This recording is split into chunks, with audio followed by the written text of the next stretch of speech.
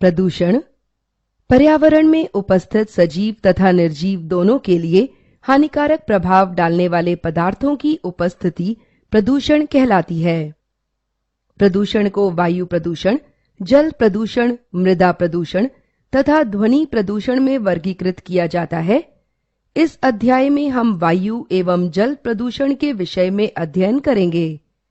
जब वायु ऐसे अनचाहे पदार्थों द्वारा संदूषित हो जाती है तो सजीव तथा निर्जीव दोनों के लिए हानिकारक है, तो इसे वायु प्रदूषण कहते हैं। वायु प्रदूषण के कारण जो पदार्थ वायु को संदूषित करते हैं उन्हें वायु प्रदूषक कहते हैं। कभी कभी ऐसे पदार्थ हमारे प्राकृतिक स्रोतों से आते हैं, जैसे वनाग्नि अथवा ज्वालामुखी उद्गार से उत्पन्न धुआं तथा धूल। ये कार्बन मोनोऑक्साइड, नाइट्रोजन के ऑक्साइड, धुआं, धूल एवं विभिन्न प्रकार की विषैली गैसें मुक्त करते हैं, जिसके कारण वायु प्रदूषण होता है और यह मानव स्वास्थ्य के लिए हानिकारक होता है। मानवीय गतिविधियों द्वारा भी प्रदूषक वायुमंडल में पहुंचते हैं। वायु प्रदूषकों के स्रोत कारखाने, ऊर्जा गृह, मोटर वाहनों के धुएं तथा लकड़ी एवं उपलों का जलना है। वाहनों द्वारा carbon monoxide, carbon dioxide, nitrogen oxide एवं धुएं जैसे प्रदूषक भारी मात्रा में मुक्त होते हैं।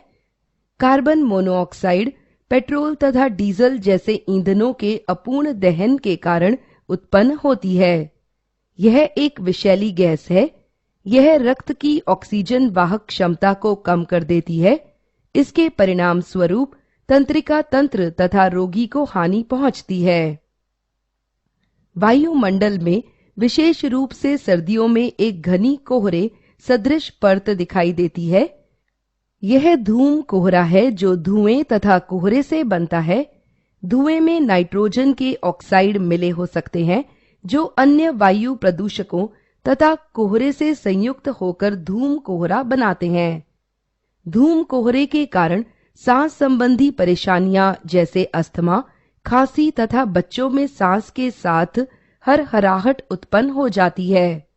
वायु प्रदूषण के लिए अनेक उद्योग भी उत्तरदायी हैं। पेट्रोलियम परिष्करण शालाएं सल्फर डाइऑक्साइड तथा नाइट्रोजन डाइऑक्साइड जैसे गैसीय प्रदूषकों की प्रमुख स्रोत है। विद्युत संयंत्रों में कोयला जैसे ईंधन के दहन से सल्फर डाइऑक्साइड बनती है। यह फेफड़ों को स्थायी रूप से क्षतिग्रस्त करने के साथ साथ वसन संबंधी समस्याएं भी उत्पन्न कर सकती हैं। अन्य प्रकार के प्रदूषकों में क्लोरोफ्लोरोकार्बन CFC है, जिनका उपयोग रेफ्रिजरेटरों, एयर कंडीशनरों तथा एयरसॉल स्प्रे में किया जाता है। CFC वायुमंडल की ओजोन परत को क्षति पहुंचाती है। वायु प्रदूषण के परिणाम अम्ल वर्षा।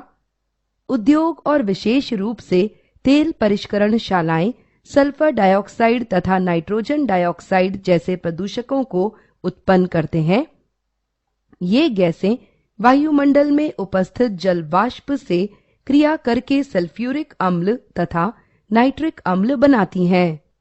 ये अम्ल बूंदें वर्षा के साथ नीचे गिरती हैं, जिससे वर्षा अम्लीय हो जाती है। इसे ही अम्ल वर्षा कहते हैं।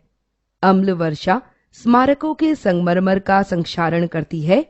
इस परिघटना को संगमरमर कैंसर भी कहते हैं, जो संगमरमर को पीला कर देती है। यह गत 2 दशकों में आगरा में देखा गया। ताजमहल का संगमरमर अम्ल वर्षा से दुष्प्रभावित हुआ है। पौधा घर प्रभाव।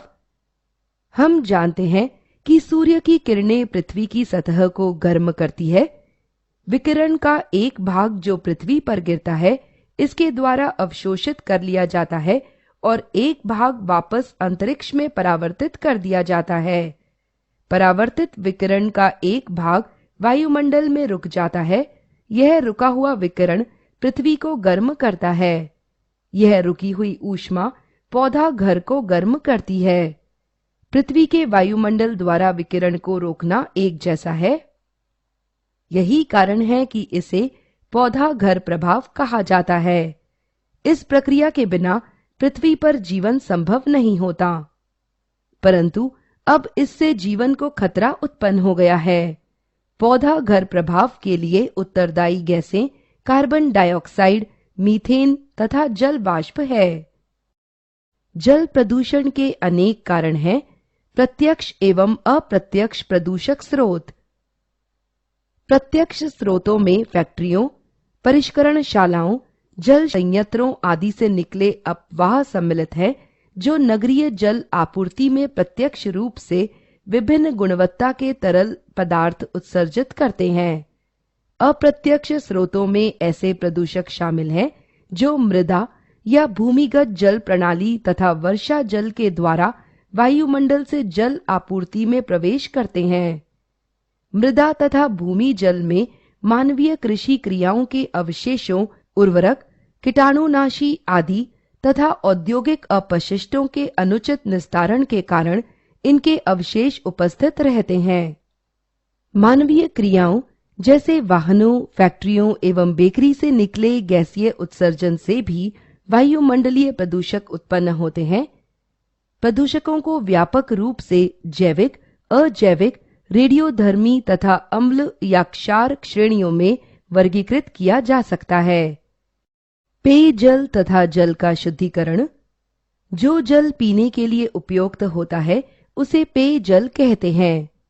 वाहित जल शोधन संयंत्रों में विभिन्न भौतिक एवं रासायनिक प्रक्रियाएं जल निकायों में डालने से पूर्व जल को साफ करने में सहायक होती हैं।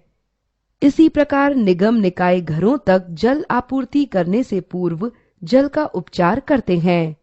जल को छाना जाता है, यह अशुद्धियों को दूर करने की भौतिक विधि है। कैंडल युक्त फिल्टर एक लोकप्रिय घरेलू फिल्टर है। अनेक घरों में स्वच्छ जल प्राप्त करने के लिए इसे उबाला जाता है। उबालने से जल में उपस्थित कीटाणु मर जाते हैं। जल को शुद्ध करने में प्रयुक्त रासायनिक विधि क्लोरीनीकरण है। यह क्रिया जल में क्लोरीन के टैबलेट अथवा ब्लीचिंग पाउडर मिलाकर की जाती है।